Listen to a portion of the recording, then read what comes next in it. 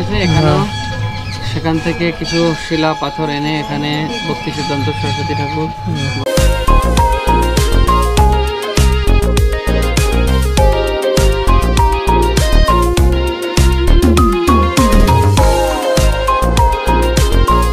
Friends, আশা করি আপনারা সবাই ভালো আছেন। নতুন ব্লগে স্বাগত। আজকে সীমান্ত দ্বীপ যাবো না মায়াপুরে সীমান্ত দ্বীপ ভ্রমণে। তো চলুন যাবো।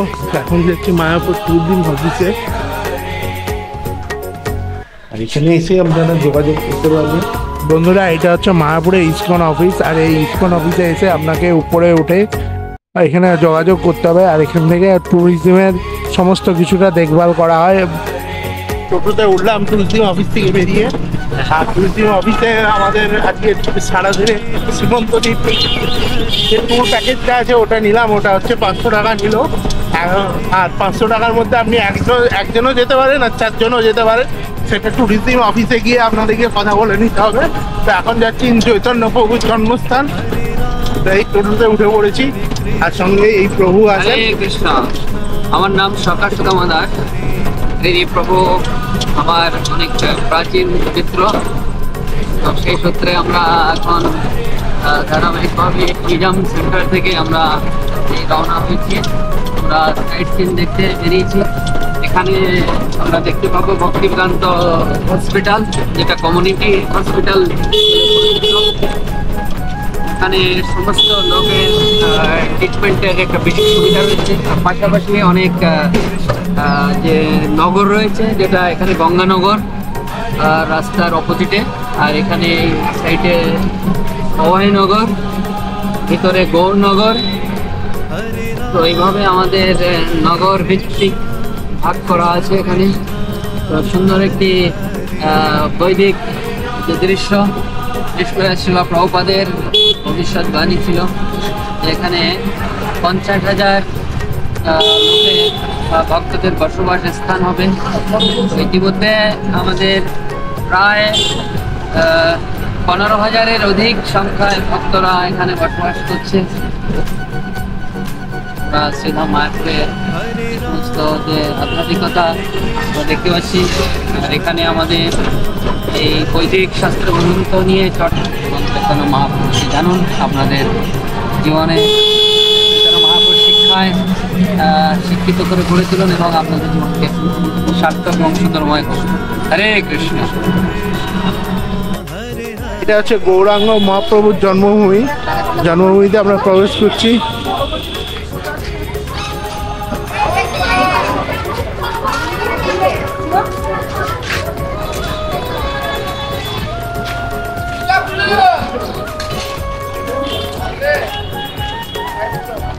ডিউটি করছিল থেকে हरे राम हरे कृष्ण कृष्ण कृष्ण हरे हरे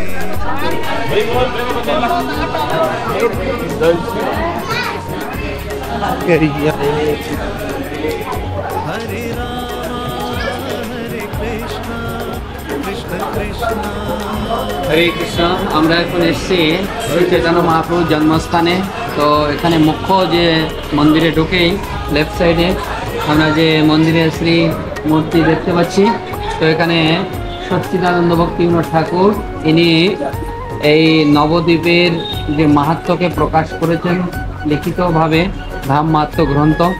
তো উনি জাগতিকভাবে একজন ডিএম ছিলেন ব্রিটিশ পিরিয়ডে, ডিস্ট্রিক্ট ম্যাজিস্ট্রেট, এবং আধ্যাত্মিকভাবেও তিনি এই চৈতন্য মহাপ্রভুর একদম শীর্ষে যেটা প্রচার ধারাকে এগিয়ে নিয়ে গেছেন। এবং উনি গৃহস্থ জীবনে ছিলেন। ওনার 11 জন পুত্র সন্তান ছিলেন টোটালি, এবং প্রত্যেকে বৈষ্ণব শিক্ষায় উনি শিক্ষা দিয়েছিলেন। এবং ওনারই একজন পুত্র সন্তান যিনি পরবর্তীতে চৈতন্য গৌড়ীয় মঠের যিনি প্রতিষ্ঠাতা ভক্তি সিদ্ধান্ত সরস্বতী ঠাকুর। আর পূর্বে উনি জগন্নাথ মন্দিরের যে জগন্নাথ পুরীতে জগন্নাথ মন্দিরের সেবা পূজার কার্যে যুক্ত ছিলেন ব্রিটিশ সরকার কর্তৃক। তো এইভাবে ওনার লম্বা জীবনী। তো ওনার কাছে আমরা সর্বপ্রথম প্রার্থনা করি যেন আমরা এই ধাম সম্পর্কে আমরা উপলব্ধি করতে পারি।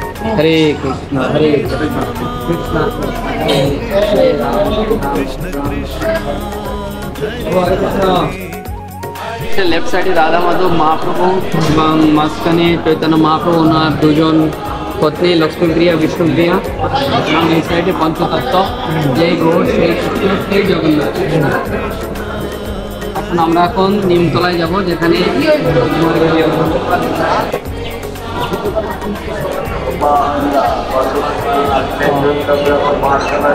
এই সেই নিমবৃক্ষ যার নিচে নিমাই জন্মগ্রহণ করেছেন। নিমাইয়ের পাদুচিহ্ন।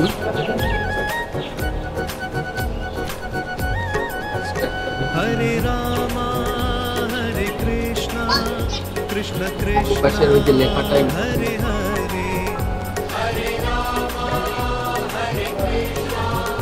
कृष्ण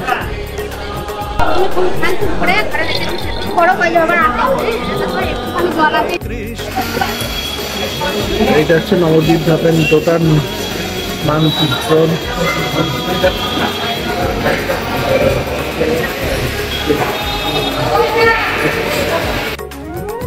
শিবাস অঙ্গন বাড়িতে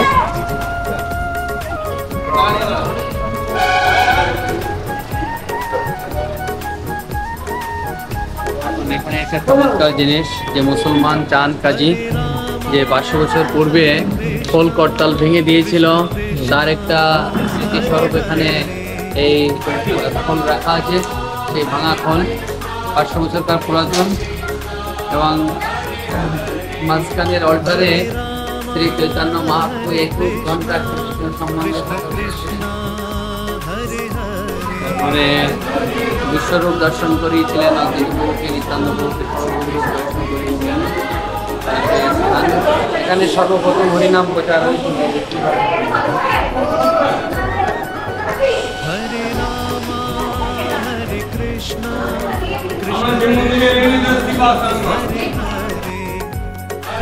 অদ্বৈত আচার্য উনি শান্তিপুর থেকে এখানে এসে তপস্যায় বসেছিলেন যেন কলিযুগে শ্রী চৈতন্য মহাপ্রভু আবির্ভূত হন।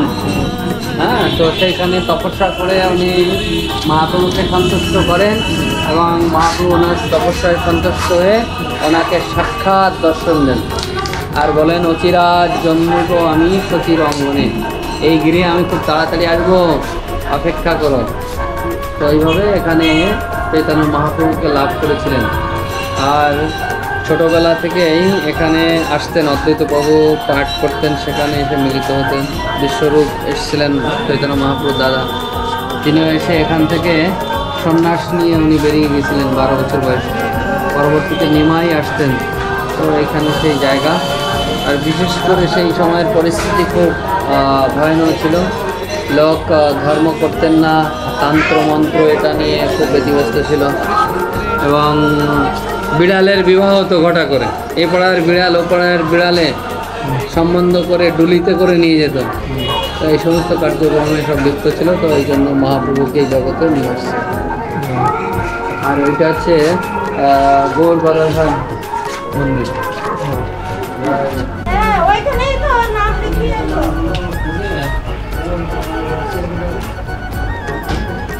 हरे राम हरे कृष्ण कृष्ण कृष्ण এখন আছি শ্রী চৈতন্য মহাপ্রভু মাসির বাড়িতে। তো এই হচ্ছে রাস্তা, আর এইদিকে মন্দির আছে। তো চলুন। हरे राम हरे कृष्ण कृष्ण कृष्ण हरे हरे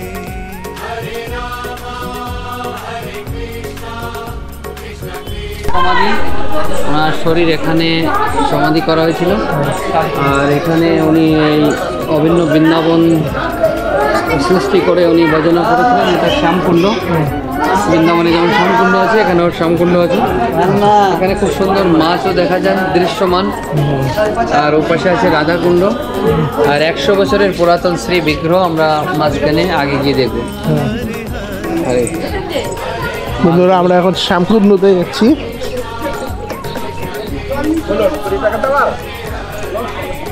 हरे राम हरे कृष्ण এই যে আমরা সিঁড়ি দিয়ে নেমে এইখান থেকে আমরা খাবার কিনলাম। এই কাকুর দাদার খাবার কিনলাম। এই কাকুর দাদার কাছ থেকে খাবার কিনে এবং ঘাটে গিয়ে এই দেখুন ঘাটে কিন্তু এই মাছ দেখার জন্য, শ্যামকুণ্ডুতে এই মাছ দেখার জন্য প্রচুর কিন্তু এখানে দেখুন ভিড় হয়েছে। আর এই ভিড়ের মেনলি কারণ হচ্ছে, প্রধান কারণ হলো এই মাছ দেখার জন্য।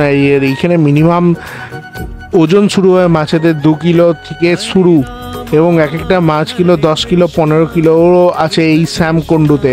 আর এই শ্যামকুণ্ডু এই জল সবাই কিন্তু পবিত্র জল কিন্তু মাথায় নিচ্ছে। আর এখানে মাগুর মাছ, শোল মাছ, শাল মাছ, সমস্ত মাছ আছে। আর এখানে এইরকমভাবে বিস্কুট দিচ্ছে দেখুন ভক্তরা। আর এই মাছগুলো কিন্তু আনন্দের সহকারে খাচ্ছে এবং শ্যামকুণ্ডুতে খেলা করে বেরোচ্ছে। আর দেখুন এই পুকুরটাতে, এই শ্যামকুণ্ডুতে কিন্তু প্রচুর মাছ আছে। আপনারা এই যে দেখুন এই মাছগুলো এইখানে খাবারের জন্য সামনে ক্যামেরাতে যতটা সম্ভব হয়েছে দেখানোর চেষ্টা করেছি, কিন্তু এই খালি চোখে কিন্তু এক একটা মাছ কিন্তু বিশাল বড় বড় সাইজের।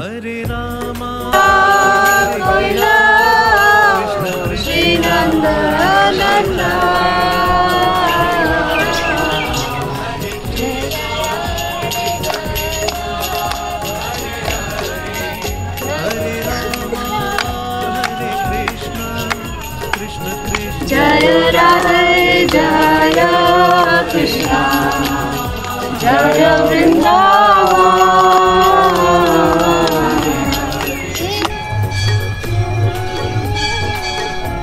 প্রভু এটা গিরি গোবর্ধন?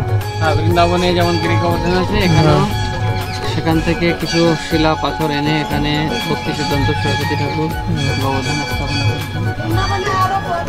हरे राम हरे कृष्ण कृष्ण कृष्ण हरे हरे।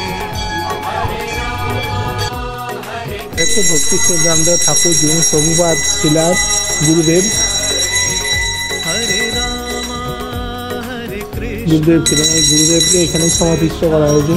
हरे हरे।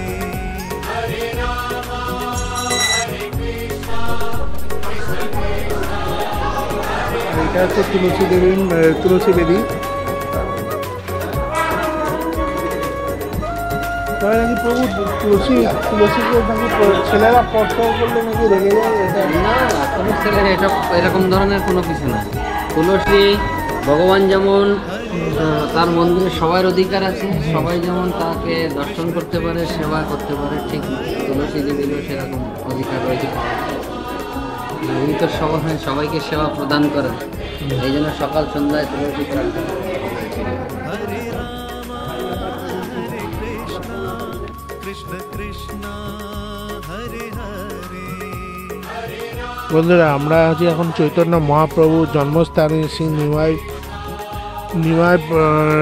নিমায়ের যে জন্ম হয়েছিল, সেই নিম গাছের বৃক্ষ থেকে শুরু করে এবং তার যে সারা জীবনের যে কর্মকীর্তি সবগুলোই কিন্তু এই দেয়ালে এরকম ছবি আকারে সাজানো আছে এবং তার নিচে নিচে লেখা আছে।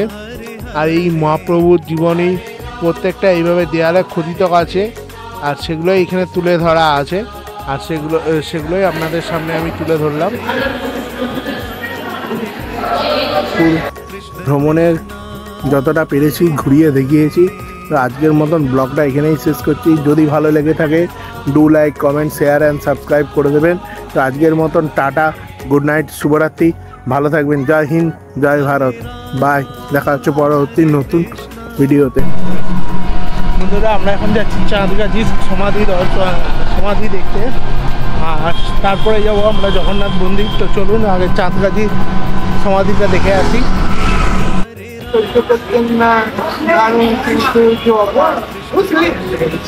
ভাঙা মৃদঙ্গটা আপনার শিবা সঙ্গনে দেখে থাকবেন।